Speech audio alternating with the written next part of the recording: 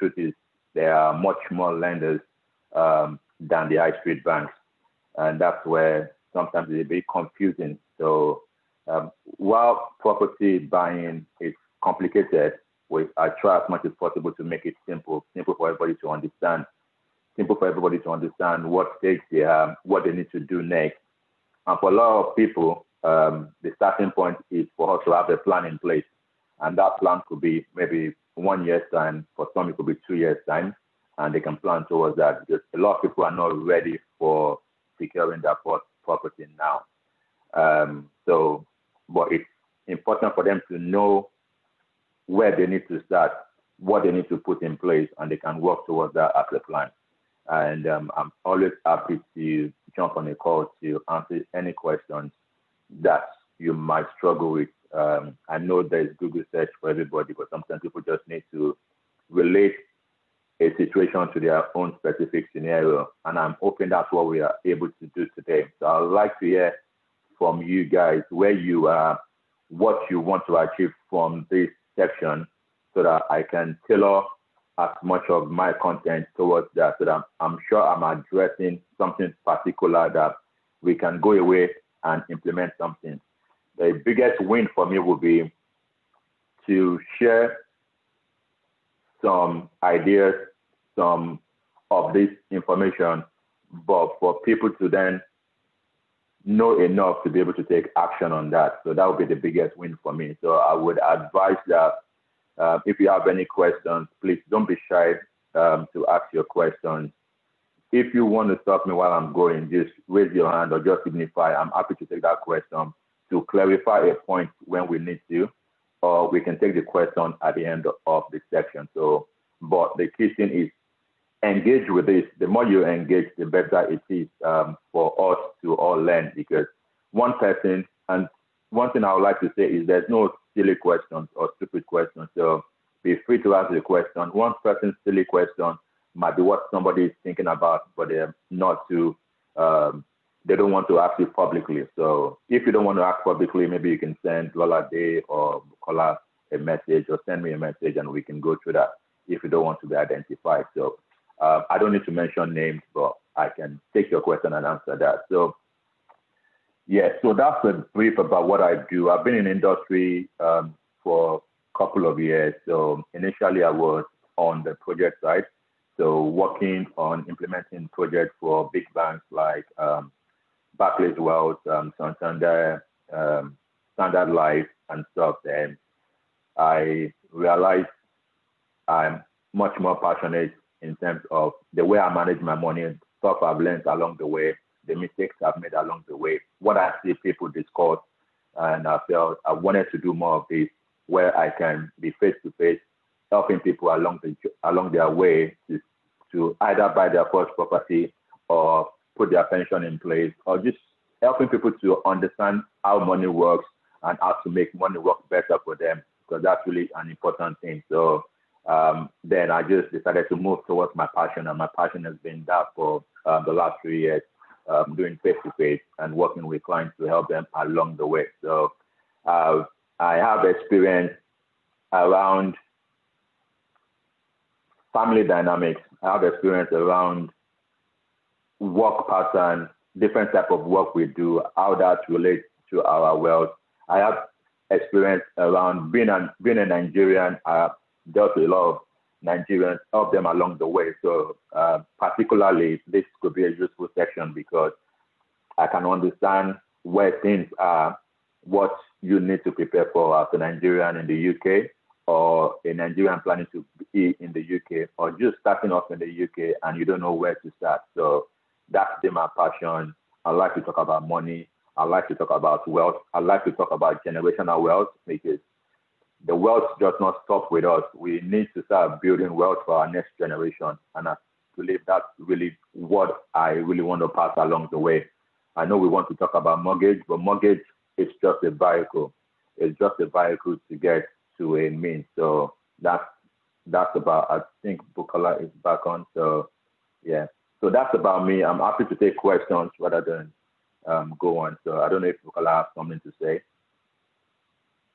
Thank you so much, Deji, and apologies to everybody for the little technical thing that happened earlier. Thanks so much for your understanding. So moving forward, if you don't mind, if you can give us a general overview of what it means or how to prepare towards buying a property in the UK, especially because oftentimes we all come on a tier two visa. So what the implication is for an international nurse or international person coming into the UK, settling yourself, just so you can prepare towards buying a house. Okay, all right. Yeah, I would go through a few of that in the section, but just to give us an high-level overview, like I said, I work with a lot of Nigerians with different situations, with different scenarios. So the key thing we need to understand is to get a mortgage in the UK. One of the important things people think about is the identification. What that means is what's your right to stay in the country. Without a right to stay in the country, unfortunately, you are not in a position to get a mortgage. And different people have different stages of their right to stay. So some would have indefinite leave to remain, which then means they are seen as a permanent resident. So that is a good thing. That don't have any much restriction.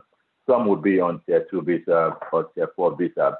The brief is on average, you need to be in the UK for about 2 years as the minimum for most lenders. Some lenders will go beyond that criteria, but you need to be in the UK for about 2 years with maybe your tier 2 visa or your tier 4 visa for you to be considered to go on a mortgage. So that could mean different things for different people. Some would say you need to be in the system for maybe about 2.5 years, and some would say 3 years, but some would also say maybe you need at least 6 months still on your visa. So, and I know a lot of nurses come from Nigeria or from other parts of the world, and that's something that affects them initially. So that's a key step. But the other part is if you have a partner, it is considered differently. So it would take the highest priority from the one that stayed in the UK much longer. So what that means is with someone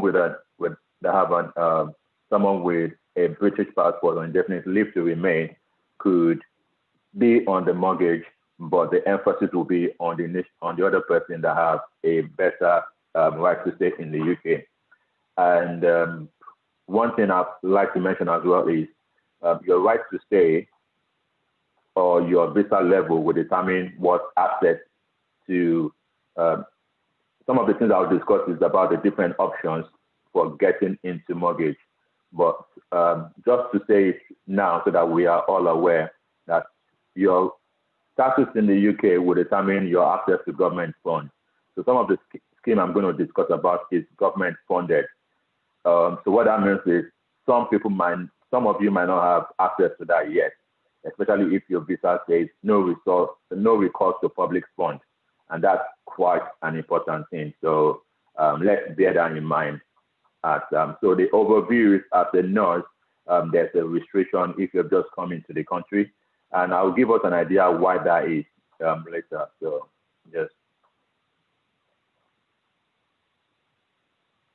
Right. Hello. Right, I can hear you. Thank you very much for that brief introduction. So really, if I am, say, 2 years in the UK and I'm ready to begin my search or begin my process towards getting a house in the UK, what would you advise me to do first? Like, what are some things that you'd advise a nurse to put in place or anybody to put in place before rolling the ball or getting the ball rolling? Okay. Should I go through some of the presentation? Then I would later, there's something I call the roadmap to mortgage success. Then I will capture that as part of that discussion. Yes, please. You could do that. Yes, please. Is that okay? Okay. All right. I just like to create a bit of engagement just to know where people are.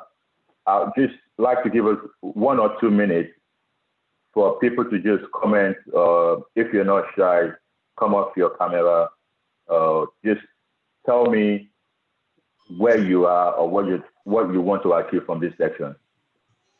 I know we've got a few people on. It's okay if you send a text, a chat message, or if you want to, you can unmute yourself and let me know where you are and what you want to achieve from this section. I'll give us about 2 minutes.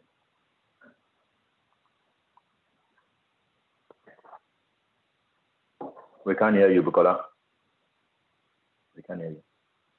I was just thinking that in the bid to avoid rowdiness, if Abimbola can go first. Abimbola, is it okay to unmute yourself and tell us where you're calling from and what you look to gain? Hi, my name is Abimbola. I'm friends with Olola Degiwa. She told me about the Zoom meeting this afternoon. So it's not like she told me anything in particular to achieve from it. She only said briefly like there's something, if you want to buy a house, if you want to get your mortgage in this house, there's a way someone is going to have presentation towards that and just like explain to you how you could do that. So I'm just expecting from the presentation at least have an idea of how to go about it if you want to get your own mortgage in this country, even though you are on some kind of visa, So yeah. Okay, thank you. Okay, thank you very much, Ololade. We'll pick the next person. Even though she's one of the co-founders of NNUK, Dr. Ololade Giwa, is there anything you'd like to say? If you tell us where you are from as well. Hello, everybody. Thanks for coming online. Thank you, Ayodeji. As everybody's here, we're here to get more information, get more knowledge, know what our restrictions are, know how to start planning. Knowledge, they say, is key. So, yeah, I'm here as well to also gain as much knowledge towards buying my own mortgage. Yeah, thank you. Thank you very much for that. So next on my list, I've got Adiola Okelola. Adiola, could you kindly unmute yourself and tell us where you're calling from and where you stand to, what you're looking forward to benefiting?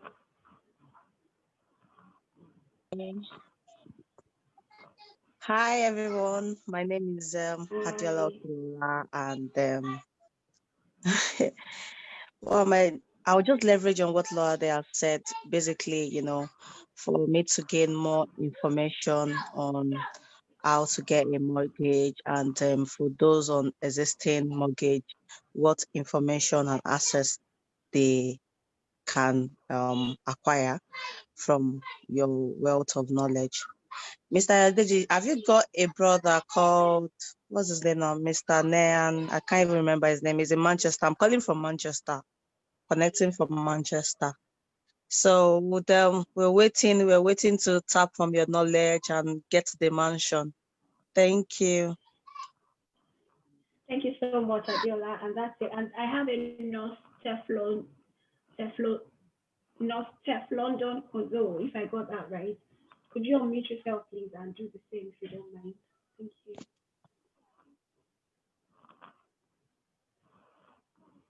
No, Teflon Kozo. Right, while we wait for him, yeah, I've got him. Yeah, hello. Can you hear me? Hi. Yeah. I just saw the topic just a couple of minutes ago and started to join in. My main concern is most of us are currently on the Tier 2 sponsorship visa. So how possible will it be to get a mortgage based on the type of visa which currently are on? Yeah. And how much down payment will be required for the mortgage? Okay. That's a good question. Thank you very much for that. So next, I'll pick Olayemi Olowokonga. If you're there, could you do the same too, just so we know what you're expecting, what your expectations are today. Thank you. Hello everyone, my name is Olayemi. I just already joined thanks to Adiola that reminded me. Well, I think I'm pretty much new. I'm just a year old in the UK. all I would like to just find out today from this session is things I need to put in place, really, for a starter, the basic things I need to start putting in place if I'm looking towards getting on the property ladder. Thank you very much. Thank you for that, Olayemi. So I can see here that Tony Babalola has put her own point here. So she says, I'm here to learn the prerequisites and restrictions applicable to people on Tier 2 visa. I really hope you're noting all of these things, Mr. Deji Mehan. And also there is somebody named User, and he or she has said, I'm interested in getting a mortgage next year. So we'll appreciate all info to do so. Thank you. There we are. Right. Thank you, everyone. Really appreciate that. So that was just to get to see your face and get to hear from you. So that I want to make this as tailored as possible. And to the lady that asked if I have a brother in Manchester, yes, you picked that right. So that's correct. Yes, that's Olumide asking. Okay. So will take us through some few things quickly. We will get to the mortgage side, but there's something I want to open our mind to, and that's I believe that's quite an important thing to think about first. So let me just, I'll share my slides now. Let me just put that up.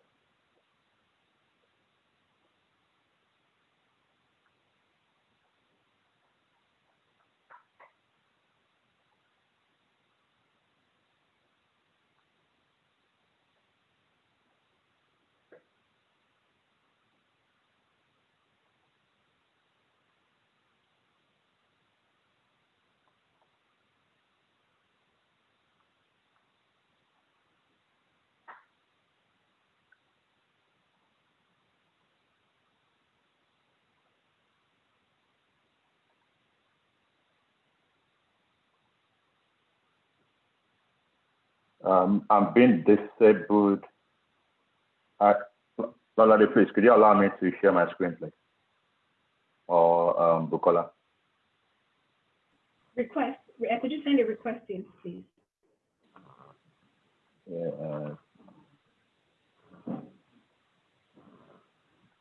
Yeah, just saying host disabled. I think you have to do it from your side if you just. I can't see the pop-up. I can't see the pop-up. Normally, you should say that you are requesting to share screen, then I would accept. That's Not giving me that option. It just says host disabled participant screen sharing. Okay. Have you done that? Yeah, I've pressed on OK a few times. Oh, that's not coming to you. Okay. No, the last time someone shared their screen, they asked for permission and we gave it. I don't know what happened today. Okay, 1 second. Let me see. Try it again, please. More.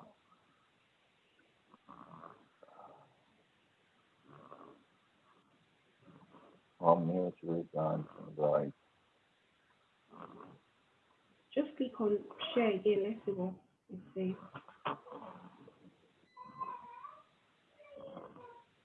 Okay.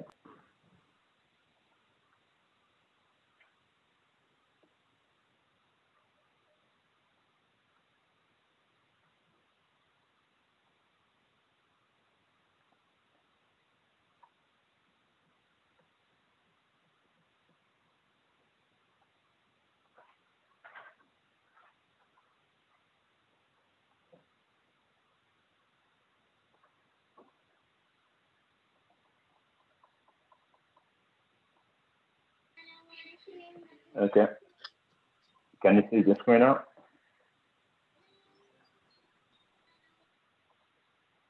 Not yet. We saw it earlier, then it went off. Oh, really? Okay.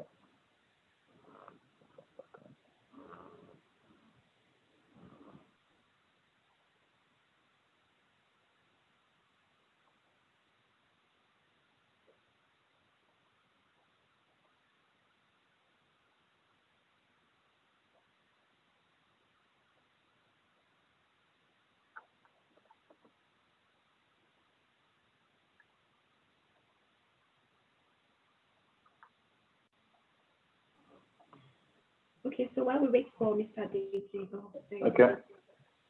Is it any better now? Yeah, we can see it now.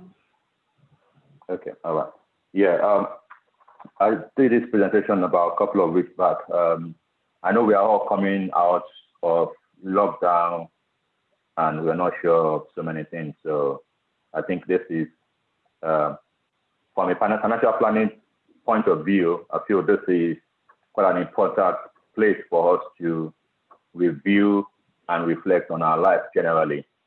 I'll get into the mortgage, but I just wanted to lay some foundation so that would help us to achieve what we would want to achieve. So in terms of, so COVID has happened, or maybe it's still happening. Hopefully it's under control. And thank you guys, NHS and everything you guys have done in the past weeks and months. So I believe the world is grateful to you guys. So, but I just felt this is a point where everybody needs to sit back and reflect on how life has been. So if you've not had a chance to do that, I know you guys have been very busy. I would say take some time out and reflect on where things are. So what this is teaching us is the fact that anything is possible. So while it's good to have a plan, you cannot possibly have the perfect plan. But the people that have a plan will possibly be able to achieve better results. So that's the kind of mindset. And I'd like to just share some things just to help us along the way. So this is, I'm trying to bring the screen down. Okay. So I just used this in a presentation about a few weeks ago, and I'm thinking about holistic wealth planning. While you guys are thinking about mortgage, I want to open your mind to the fact that mortgage is a vehicle that a lot of people use to become wealthy. So if you don't take anything away from this, that's quite an important basis. And I would like us to take it more seriously. Apart from, I just want to get on the mortgage, I just want to get on the property ladder. If we see it as a vehicle to become wealthy, then our life will start changing. And I usually give a good example. If you're working and you work for 40 years, so let's say you are earning 25K, that's easily 1 million over 40 years. But the truth is, not a lot of people have much left from that 1 million that they've worked. But if you have a property, it could be in Manchester, it could be in London, for 40 years, you are in a different position. And that's one secret a lot of people don't tap into. So I say, be more aggressive about your thinking about this. It's not possible to work forever. And you know that even if you love what you do, it's important we start making money work for us. And that's where the mortgage comes into play. So that's one thing, foundation I want us to go away with. The mortgage is a vehicle for you to get not just the house you want, not just the next property to say you want a property investment, but it's a vehicle for you to build wealth. There's different vehicles, but now we are focusing on mortgage. It could be pension, it could be investing in stocks and shares, but today we're talking about property, what you need to do to get on the property ladder and how to make that work best for you. So I just call something like holistic life planning. I see a lot of times people come to me to say, oh, can you discuss this with me? And I feel, yes, as much as it's good to have one thing to discuss, I realize that we are not a single being. There's a lot of things that affect us. And until we deal with those things, I'm not sure why I'm getting echo. Hello? Okay. Am I getting echo on your side? Okay. Yeah, and until we deal with those things, it becomes difficult for us to progress, to make progress. I say, just a quick one, I say wealth is one thing. I call it as like 9 dimensions of wealth. And while money is an important thing, there's a lot more things apart from money. There is relationships, there is business, there is career, there's personal development, there's your health. As I say, your health is wealth. And you guys will understand this better. If you're not in a healthy position, you can't even be thinking about how you want to make money or what you want to do on this. So your health is fundamental thing. So when we think about wealth, let's think about that in 9 buckets. And I'll quickly go through that now, just to give us an overview of what that is. And in terms of holistic question, I said there's 3 questions I like to ask people just to help you to reset and think about things differently. The first question is, if you have all the money you ever wanted, how would that change your life? That means you're not thinking about 9 to 5. You're not thinking about, oh, I need this income to come in. I need that. If you have everything you wanted, how would that change your life? What you realize is people will start thinking differently. People will start doing things differently. People will start maybe volunteering. People will start giving more. People will start appreciating other areas of their life. So I want us to think about that. And that is what is deep within us. That is what is our true self. If we can find out that, if I'm not going to work for money, what would I love to be doing? What would I do differently? So that's one big question. And if you can, write maybe 3 things about that. So, and the next question is actually life question. I call this life questions. If you suddenly discover you have 5 years to live, what would you do differently? One thing that we all believe is we have time. We're going to live forever. Nothing is going to happen. So we work on that we have time. But when it changes the question and the doctor tells you only have 5 years to live, you realize that thinking changes. You're now thinking, okay, what do I want to do now? What do I want to be remembered for? What do I want to do in this short-term period? And that's when you realize that you can achieve more within 5 years than you can ever plan for within 40, 50 years. So that's quite an important question to want to ask yourself. Then the third question is really, this is the breaking point. If the doctor says you have only 24 hours to live, what would you miss? What did you not get to be? What would you like to change? What is your biggest regret? So that is trying to kick us all to say, what would you rather be doing now? What are you passionate about? What would you want to be remembered for? What is the legacy you want to leave for your children? What is the legacy you want to leave for the world to be remembered for? So let's think about those 3 questions, and that would help us in the way we think. Either the way we think about our work or the way we think about, I want to buy a property, I want to buy this and stuff. Because most times we are thinking very short term. But thinking, oh, I've got all the time in the world, I'm going to catch up on this. Life happens to everybody, and we know people have been much more busier than ever before.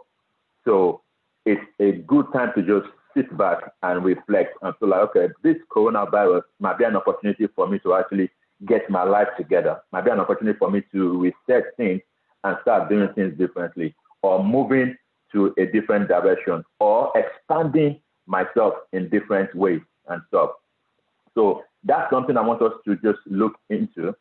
And while I talked about the 9 dimensions of wealth, and this is something I've come up with in terms of different things that affect us. I'm actually writing a book on that. So there's wealth that relates to your personal growth, and you want to start asking yourself, could it be your mindset, your spiritual, your stuff, whatever that means to you. If you guys want, I can share this with you. It's a workbook I use in my planning section for people to actually think through this. So wealth around your family. Some people will say, I'm working for my family, immediate family, extended family. What does that mean to you? And I know a lot of people will leave everything they are doing if their family situation is in jeopardy. And that's another dimension of wealth, because you could be so wealthy and you don't have a family to live with or a family to share that with. You realize that a lot of people are not happy. So, and there's something I always say, your bedroom and your boardroom is kind of, it affects each other. What you do at home affects what you do at work. What you do at work affects what you do at home. So we should understand that concept. So the other area of wealth is the health. Your health is your wealth. And I know you guys are in the health sector. You understand that fitness, mental health, and nutrition goes a long way to determine the health we have. But one of the things that people don't talk about really is the mental health. And especially in our community, we don't talk about that much. So it's quite an important thing for us to be aware of. So your business or your career is another strand of your wealth. So how do you build that? What sources of income you have, future opportunities, and all of those. And this would all come together when I talk about mortgages. Then the main thing I always say is your higher self. That is, if you're a Christian, you say, God, this is my spiritual life. This is my fundamental belief. If you're not a Christian, people will say maybe your life compass or life will direct you in a way. So this is really the foundation of everything. So your wealth is based on who you are within that internal self. When nobody else matters, when nothing else matters, what really are you? What is your spiritual belief? What is your fundamental belief? How does that change the way you see life? So that's one big area. Our finance is obviously one big area of our wealth. Our personal finance, business finance, your retirement finance, your kids' education, all of those things. How does that come into play?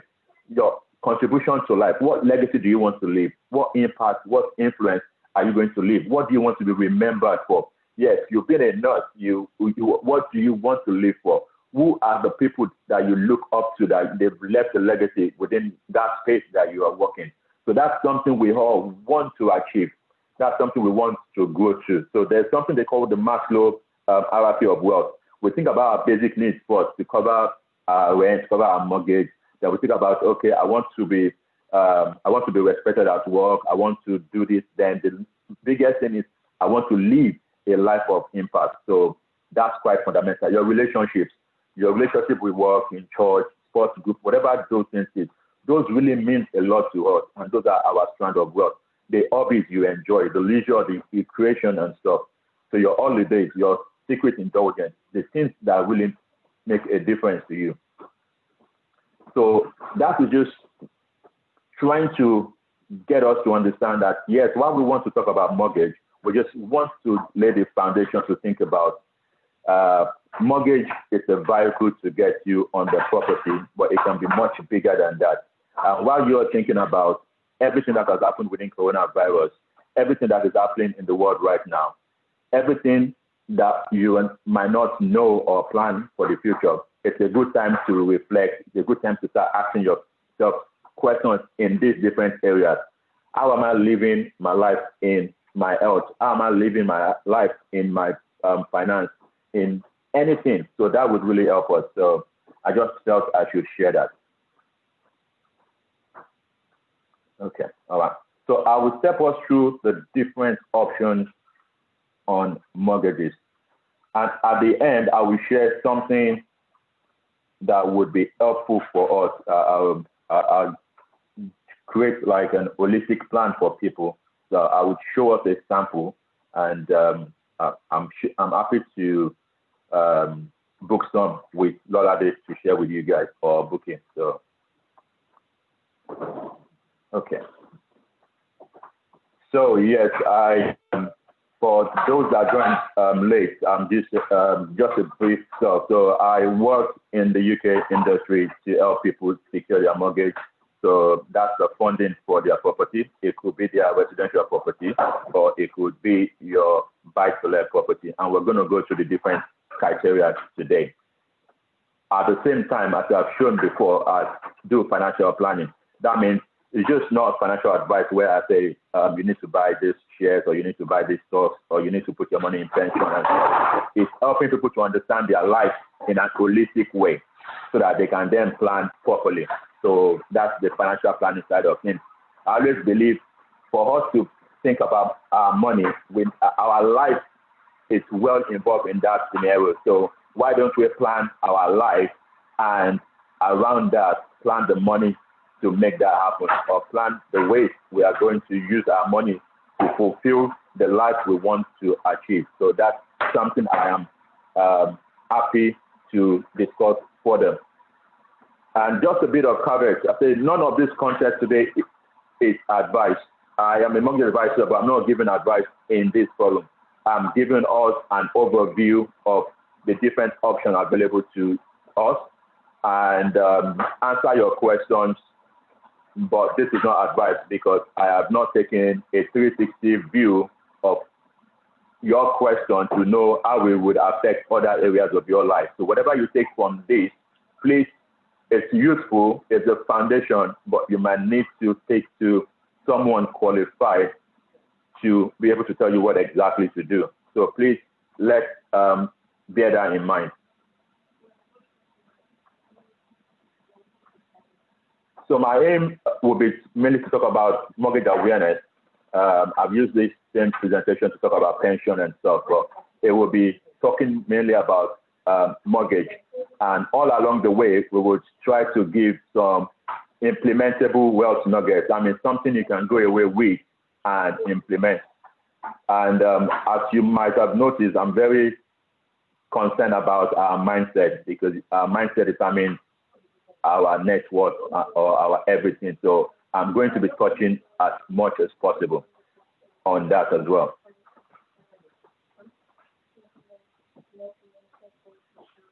So what is financial plan? I said meeting your life goals. Like I quickly said, I mean, we need to come up, decide what our life goals with, and put in the proper management for your finances. Life goals matter for different people. Some could be they want to buy their first house. Some could be buying a bigger house. Some could be they want to go into retirement. Some could be saving for holiday. But it's important we have a goal and we can plan towards that goal.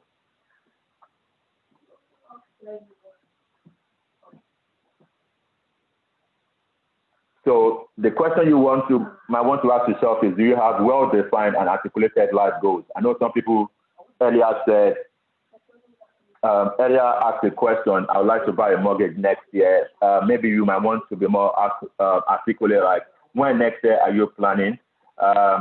What type of property are you looking at? How much are you thinking of paying and all of those? So you can be more articulate, and that would help you to drive your goals forward.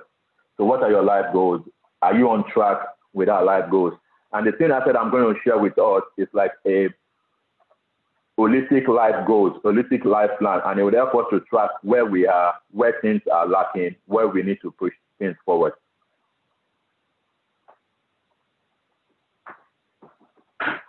Please.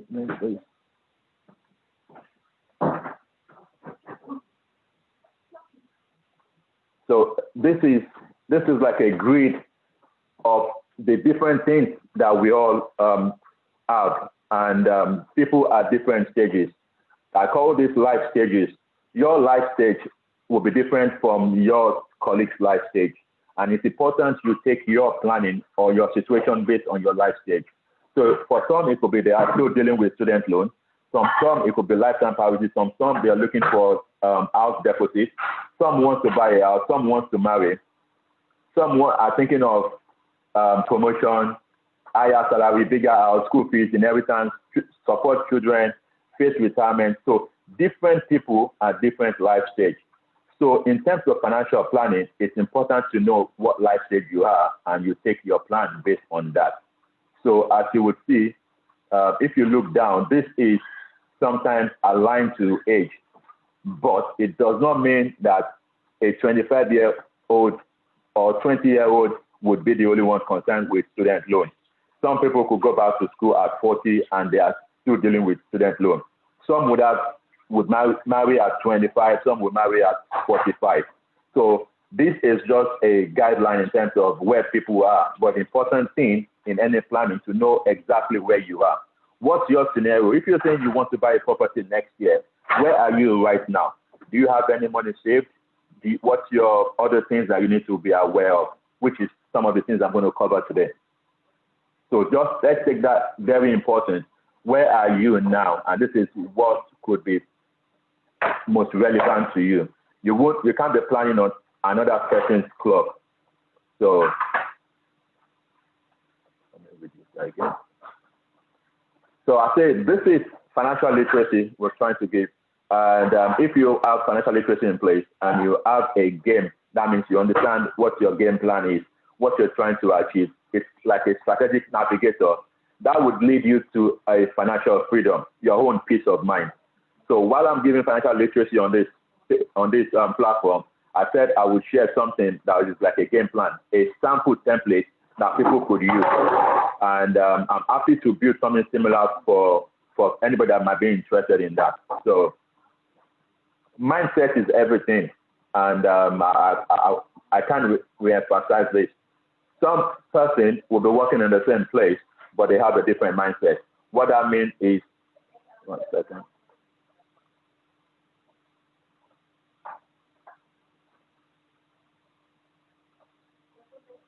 Okay, sorry, I was just checking the chat messages. Sorry. Okay, So whatever mindset you have now, you need to check, how is that helping you? How is that helping you towards your goal?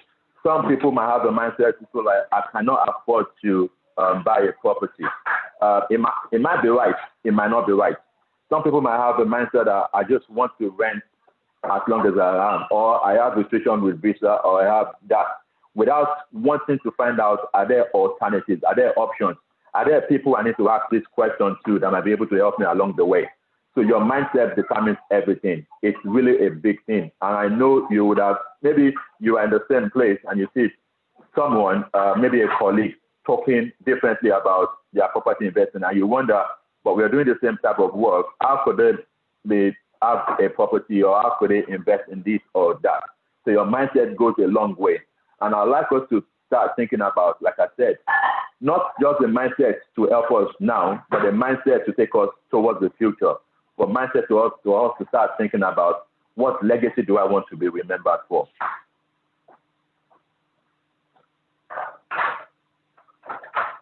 I know a lot of people want to get information from this, but no matter the information you get, Google is your best friend, I say. But there's a lot of answers on Google, but there's no action on Google. So whatever information you get away from this today, it will be useless if you're not doing anything with it. So one of my biggest quotes is, decisions decide destiny. So whatever you want your destiny to be, you want to decide to move towards that. So whatever decision you take from this would make a big difference in what you do. I know a lot of people would listen to this today and it's forgotten about next week, or maybe even at the end of this today. But you want to decide, what do you want to do exactly? And that would help you. Even as you are listening to this, as you're getting to start making a decision of, what can I do with this? Oh, should I be looking at that? Should I be doing this? Should I be doing that? So that's quite an helpful thing. There's like a pyramid when we're thinking about wealth. The first level of wealth is for us to protect what we have. Then we talk about wealth creation, and we talk about wealth distribution. What we have is, everybody goes out to work 9 to 5, or you have your own business. It's protecting that to be sure that if anything happens to you, that level of wealth is protected. You're still able to live your lifestyle without anything affecting your family. Or as you would know, you work in the NHS. I mean, seeing people being sick or seeing people dying would not be something that is strange to you. And I mean, statistics shows this is always going. Forget coronavirus or not, these are regular things that happen in life. So it would be an unfair situation if you've not put your family in the right place in terms of protecting what you have now. So that would mean that if you as a breadwinner, or your partner as a breadwinner, for some reason could not work, either to sickness or to accidents, what would happen to your family? What would happen to the lifestyle that you know? If for any reason, God forbid, I understand that, if for any reason you're no longer alive this minute, what would happen to your family? Would they be able to cope on one income? Would they be able to, would there be any income coming in at all? Because people would at that point be grieving, and maybe working would not be the biggest thing. So it's important for us to lay the foundation. I always see people wanting to do so much without laying the foundation. If you get anything from what I'm saying, start from where you are now. Where are you now? How can you secure where you are before you think about the next step? It's a gradual process, but if you know what you're doing, you can make that step zoom, or you can go slowly. It depends on your pace. Do focus on your lane, focus on where you are, and that would help you. Wealth creation, that's some of the things we're discussing today. One of that vehicle for wealth creation is your property. Like I said, I've given the 40-year analogy for you working and owning a property. So that's wealth creation. There are other vehicles for creating wealth, but we're focusing today on property. So then people will think about wealth distribution. How do I want to be remembered for? Who do I want to pass this money to? Hopefully, I want people to get to a position where they have more than enough to enjoy their retirement and do not finish their money in retirement. That means they have enough to live for their children or their children's children, whatever that is. And that's where you're distributing wealth to the next generation. And sometimes we call it generational wealth transfer. This is not something that is common in our community, but it's something I feel we should start talking about. This is something that we should find out how this is happening. How can we ensure that we are building wealth for the next generation so that our children do not start from ground zero. They could start from a level, not just the knowledge, not just the mindset, but they could start with a bit of help and make that work better for them. So that's quite an important thing. So this is just showing us there's different things. I mean, based on pension has changed over the years in the last 5 years. So there's so many things to worry about. But there's a lot of the biggest efficiency, the biggest savings for a lot of people is on tax. If people could reduce their tax, that would mean the biggest income for that family. And it's just not tax now, tax in the future. A lot of people are not aware that when we die, there's an inheritance tax that would apply, which is about 40%. There's a threshold, obviously, but thinking that the government will take 40% from you after all you do, it's really something to start worrying about, to start putting things in place. So that's just giving us a picture of we need to think in an holistic way. I am concerned people just thinking I want to buy a property and they don't think how it affects other areas of their life. Okay, so I'll quickly go through the different schemes we have. We have the government scheme, we have the private sector scheme. Let me just check we are still together. If we are still on, can you just give me?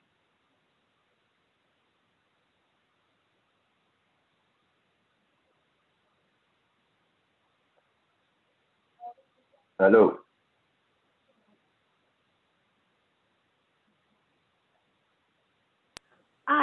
We're still together. Thank you so much, Deji. I think Okay. people are, yeah. So everybody in the room, thank you so much for your patience. I think what Deji Nehan is trying to do is we are both one, but we want to get as many freebies as much as possible. Because he is a financial planner, he's trying to make you see things from the perspective of planning yourself, planning your life, and beginning, he's trying to get you rolling around wealth creation, wealth building, and all of that. So that is why we have started on this basis. I'm sure some of you will be wondering why we are not onto the mortgage talks just yet. So I want to believe it is because of his background. So it's going financial planning, then will then roll you into mortgage buying or things around mortgage. So if you just hold on, I believe we'll be into the mortgage proper in a minute.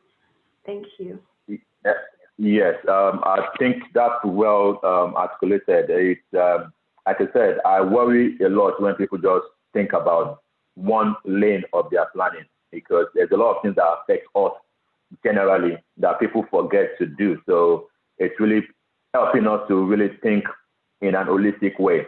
How is your plan going to affect your partner, your children, your different things? So having that understanding is the starting point from where you want to start planning. So mortgages is not complicated. It's very simple. I know it might sound very complex for a lot of people, but basically what mortgage is really thinking about. If you're coming from a different country like Nigeria, back in the day, maybe it's changed a little bit now. If you want to buy a property, you don't actually buy a property, you build your property. So maybe you buy a land, you start one block at a time, one cement and all of those things, and you build that up over time. In the UK, the system is quite different. Yes, you can build your own house. It's called self-build project, which is fine. But for a lot of time, the fact is that you would go to view a house or research for the house you want to buy. You cannot, because a lot of people cannot afford to buy cash. So some people do buy cash, but a lot of people cannot afford to buy cash. And I know maybe some of us that cannot buy cash are here. So we would like to talk about the option available. So mortgage is only a means for you to get the property you want. So the means to get the dream home you want or the dream investment you want. So that's basically what mortgage is. You are speaking to a lender, a bank, to say, I found this property, I need support to be able to buy the property.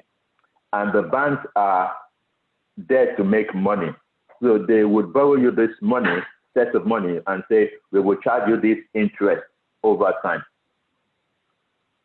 And that's where they are making their own money.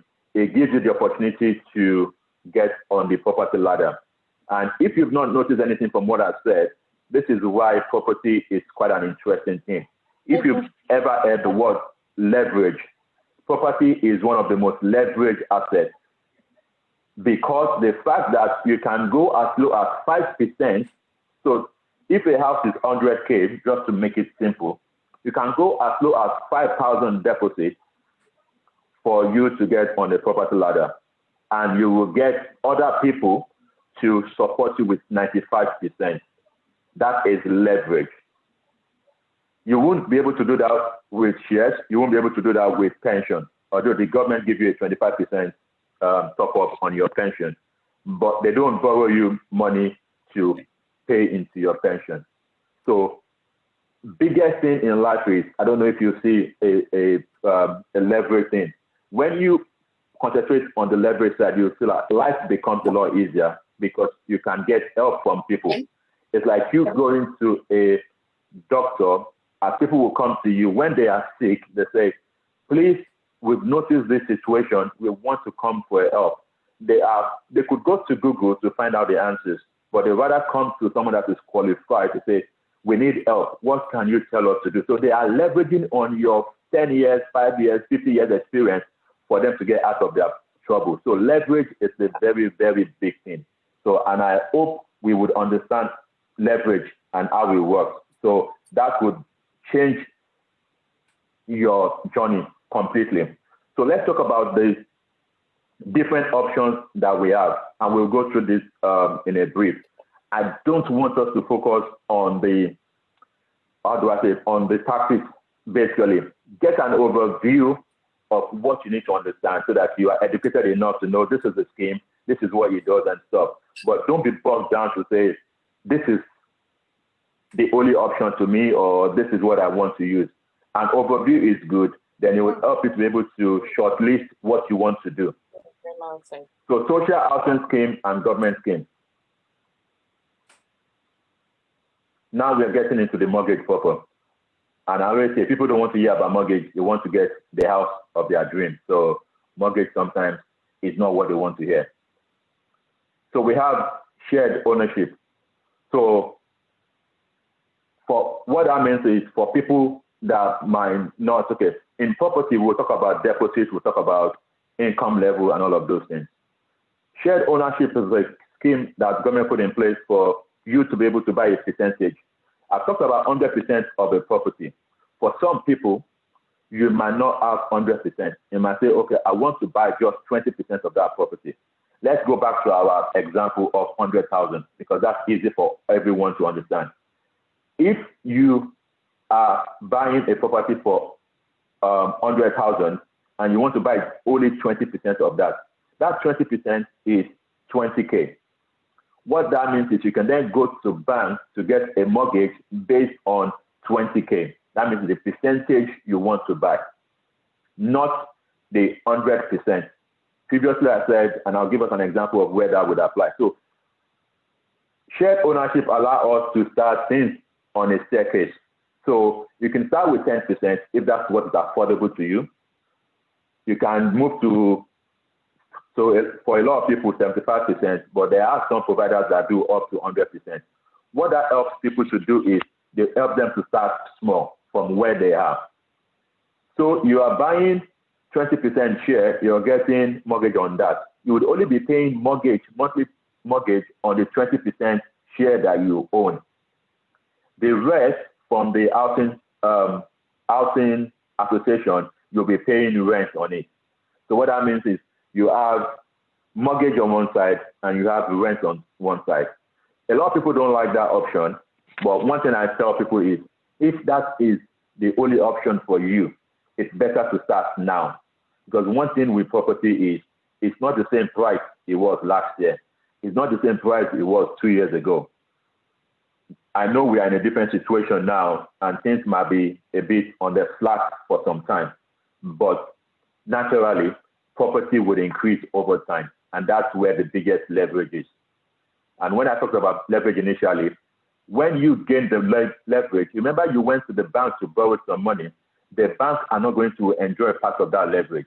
So the bank will not say, we still own a part of your property. All of that is owned by you, whatever the percentage you have. The bank have made their money by charging you an interest rate for that. So shared ownership might be the starting point for a lot of people, and it's a good starting point. What that means is if you decide you want to increase your level, you can staircase over time. You can be buying 10% every time just to increase your level of that property. And there's a restriction on that to say for household income should not be more than 80K, 90K in London. So that's one of the restrictions with shared ownership. But I say it's a good place to start if you don't have much deposit, which we'll talk about later, or your income is not affordable for the level of mortgage you want to get. So you pay your mortgage share and you pay the rent share. Okay, so that's quite an important thing to be aware of. And they have a priority list, which it could be the military personnel. So they have different schemes for different people to help people get on the mortgage properly. So let's not waste. I'll just pick things that are relevant and I'll quickly talk about that. So the first scheme I talked about is the shared ownership, where you start a percentage of the property and you pay rent on the other. So if you have any question on that, please jot down your question and I'll take a question afterwards. Just want to run through this quickly. And the next one I would like to talk about is the right to buy. If you have a council flat or a council house or some housing association, you have the right to buy. What that means is if you stayed in that property, I think minimum of 3 years or 3.5 years, the government would allow you to buy that property off the government. So that is a fantastic thing. And I'll tell you why that is fantastic. And just to say, if you are on visa, like I said before in my introduction, if you were not there, if you have a restriction on your visa, especially when it says no recourse to public funds, you are not allowed to go get a council flat or a council house. So that's something we want to bear in mind. But if that's not your situation, it might be the step that is available to you. So I'm trying to find out where can we start, no matter where you are. So that's really the important message here. So if you have been in a council flat for 3 years tenancy, that means you can get a discount from that. And when I say a discount, that's where the magic happens. So the government will give you a discount from buying that same property you've been living in.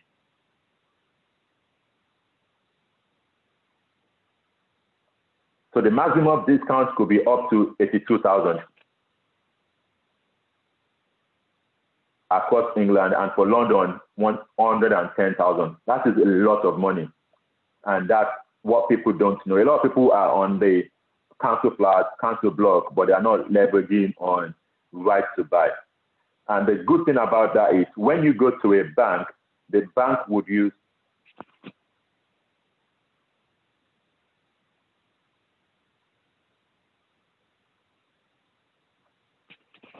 hello?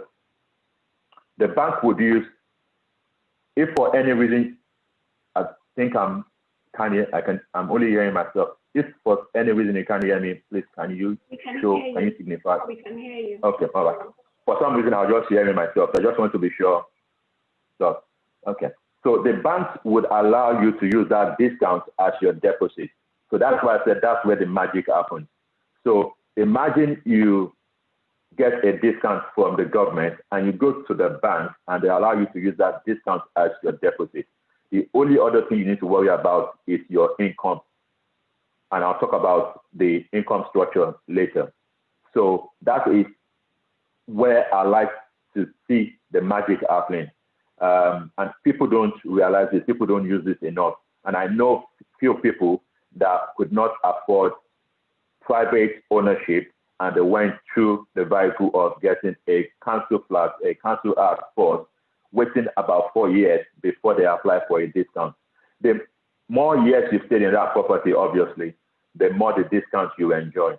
So that's quite something to be aware of. So if you know anybody or you yourself have been on a council flat, a council house, you might want to start telling them to want to go ahead and try to buy that property and claim it for themselves. So that would be something very massive. So you can get up to 35% discount, which is quite big if you've been in that property for between 3 to 5 years. And for every year, after 5 years, for every year you get 1% discount, which would mean to a maximum of 70%. So for the house so some people have lived in a council house for maybe 15 years, 10 years. So you'll be getting 1% extra every year, up to 70%. Imagine someone is giving you an asset. They come and buy this asset. I'm going to give you 70% discount on this asset. That is massive. So please, if you know people that should be enjoying this, please talk to them and let them be aware.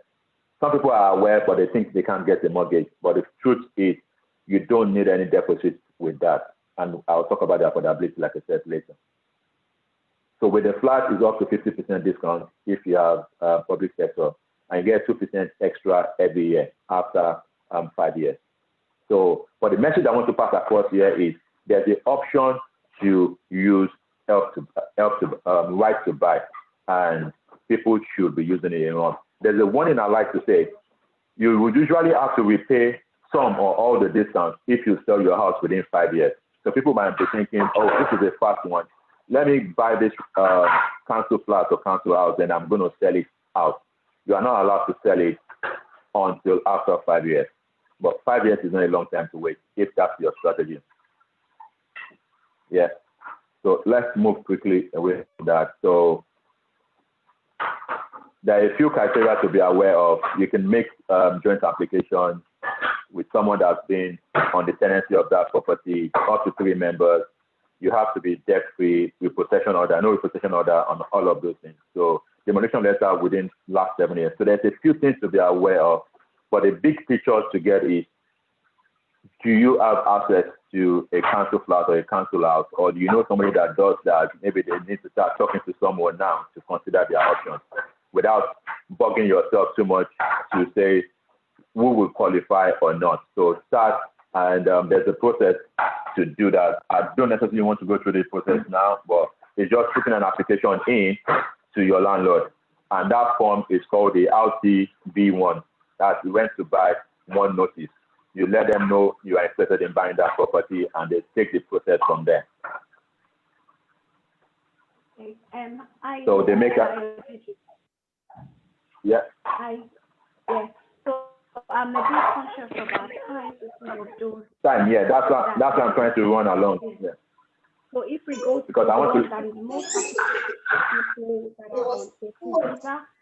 Yeah, that's fine. Don't worry. I'm on track. Don't worry. So I'm moving as fast as I can on those things. I know it's better I get question at the end so that I'll be able to deal with it. So there's something called preserved right to buy. So some people have the not the council flat. They can buy it from the the housing association, and that is another option. It's similar to right to buy. Right to acquire a similar concept, but I wouldn't worry on that for now.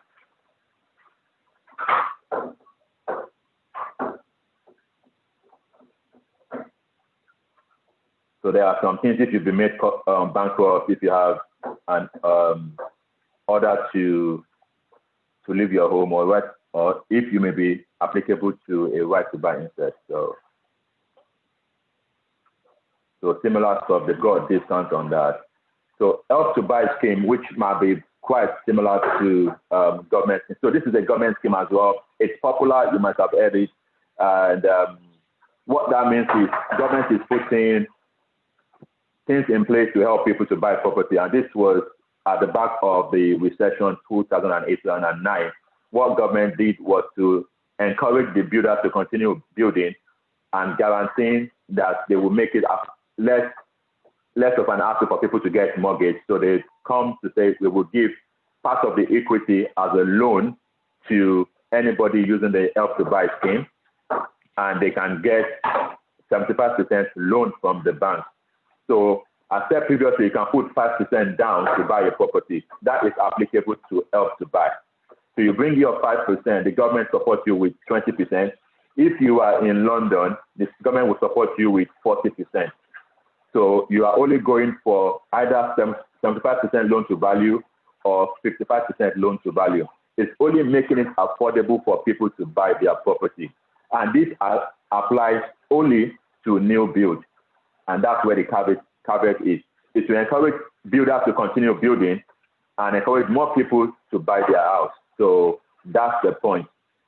For now, it's still accessible to people that already have a house, but that will change, I think, from next year. If you have a house, you won't be able to use Help to Buy again. So that's Help to Buy scheme. Baseline is 5% deposit, could get you started, and you can get loan from the bank. Why is that different? Because when we calculate affordability, a lot more people will be able to get affordability for 75% of the loan than for 95% of the loan. And that's why there is a lot of Help to Buy scheme anywhere in the UK. So there used to be Help to Buy ISA. If you still have it, you can still use it. What that means is you're saving some money into your ISA, but you want to use it to buy your property. Help to Buy ISA is closed now, so I won't go much into that. But if you have Help to Buy ISA already, you can still use that for your property. So Help to Buy ISA, that's closed now. So let's move on from there. And we have the Lifetime ISA. And this is helping people to plan for their mortgage because people need to save. What this does is from 2017, the government would give you 25% top up on any amount you put into your Lifetime ISA.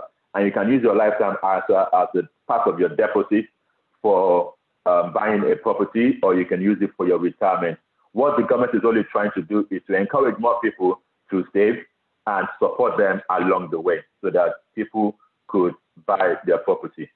So different types of mortgages, there is buy-to-let, interest-only, guarantor, bad credit mortgages. So people would ask, if I have a bad credit, would I be able to get a mortgage? The answer is yes, but you might need to pay for that privilege. What that means is if you have CCJ, adverse default, missed payments, yes, there are lenders that will look at you, but they will charge you for the privilege. They will charge you a bit more for that. And this is the affordability bit, which is one of the biggest parts. But before I go into that, just for people to be aware as well, there are things they call the guarantor mortgage, where maybe you have a parent, you have an auntie, you have that wants to help you along the way and guarantee your mortgage. Maybe your income is not to that level that could make the bank give you the money directly. So the guarantor mortgage would come in to say, yes, we would guarantee this person, and if they can't make the payment, we would make the payment. So what that means is it will make it easier for people to get on the property ladder. There's what we call the bank of mom and dad. I know it's not a common thing in our community as Africans, but that's something that might be changing. So if you have aunties, uncles that might want to help you along the way, you can leverage on the bank of mom and dad. They can either give you the money as a gift and write a letter to say we're not expecting this back. Or the other option a lot of people are comfortable with is to do an offset mortgage. What that means is they would put their money in the same lender. So let's say lender A, they'll put their savings in the same lender. That you can use as a deposit. And that could be a game changer for a lot of people. You're not touching their money. They're just putting that down as a deposit for you. And they'll be getting interest on their own deposit, on their own savings as well. So the money is still saved with them. They are not losing the money, and you can leverage on that to buy your property. Remember what I said, leverage is something we need to start thinking about. Mortgage is a leverage, and you want to start thinking about how other ways can I put it in place. And that's where the guarantor mortgage will come into play. The bank of mom and dad, either as direct gift or making it as a savings account where you can get help from that. And there's something they call the joint mortgage, where a partner could go on the mortgage for you to make it affordable for you, but you will be the only person on the mortgage deed. That means you own the property, but the person needs to support you to get an application through. So the basic things that get people, that make them unable to get mortgage is the affordability.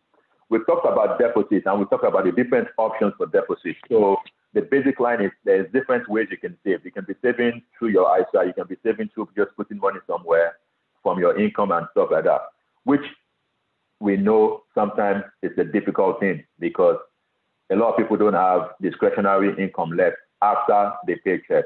So deposit is a big thing to think about, but there are different options to work out. So it could mean that maybe you just need to worry about 5%. But traditionally, most lenders will give you 10%. But in the current market, I would say people should be looking about 15% deposit down. But you can still get 10%. So without the Help to Buy scheme, without every other scheme, if you're just thinking of going the traditional way, no government scheme, then be thinking between 10% to 15% deposit. So which is quite important. So now we talk about mortgage affordability. What I really want to check is the banks want to borrow you the money. They want to check, is it going to be affordable for you now and in the future, which is quite an important thing because a mortgage is a loan.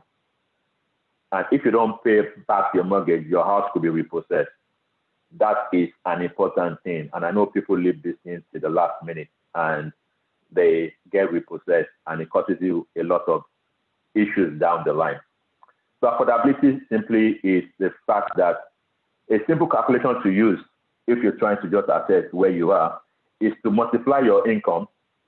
That means your gross income. And I'll explain that if you have your own limited company.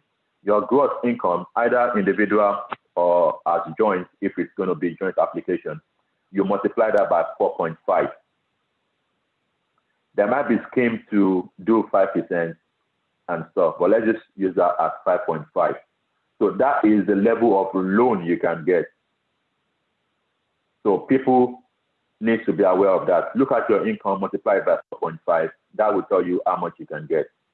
And when I say loan, it's not the value of the property, it's the loan you're getting. So let's go back to Help to Buy. The loan you're applying for is 75%. So the government is giving you 20%, you're coming up with 5%. So the loan is 75%.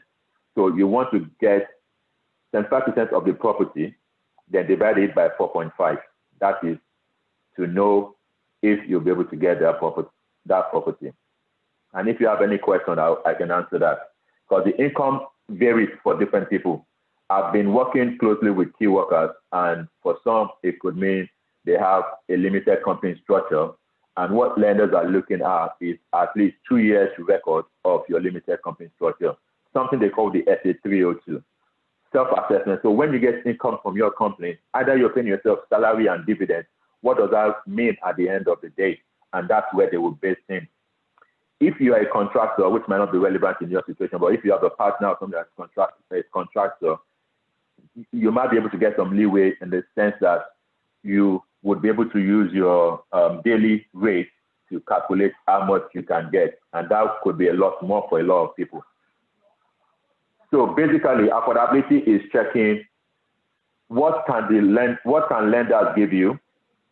And a quick way to check is to use your income or joint income and times it by 4.5. Like I said, there are other alternatives, but let's keep it simple. Check by 4.5, and that will give you an idea. So like I said, it's your income now and in the future. And there are other things the lenders put into perspective. So people might say, oh, my income is great and stuff. But you might be getting a lot of income in, but your expenses is that big as well. So you don't have enough money left at the end of the month. Or you have loan in the background, or you have credit card in the background. The banks will calculate all of these to check, is it going to be affordable for you to take care of your regular expenses and your committed expenses. Your committed expenses are your credit card, your loans, and stuff like that. So sometimes it might be better for people to pay down their loan or their credit card if they want to increase their affordability.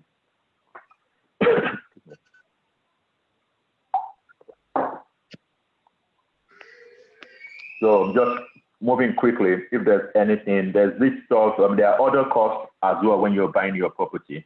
So I said, most people would know about deposit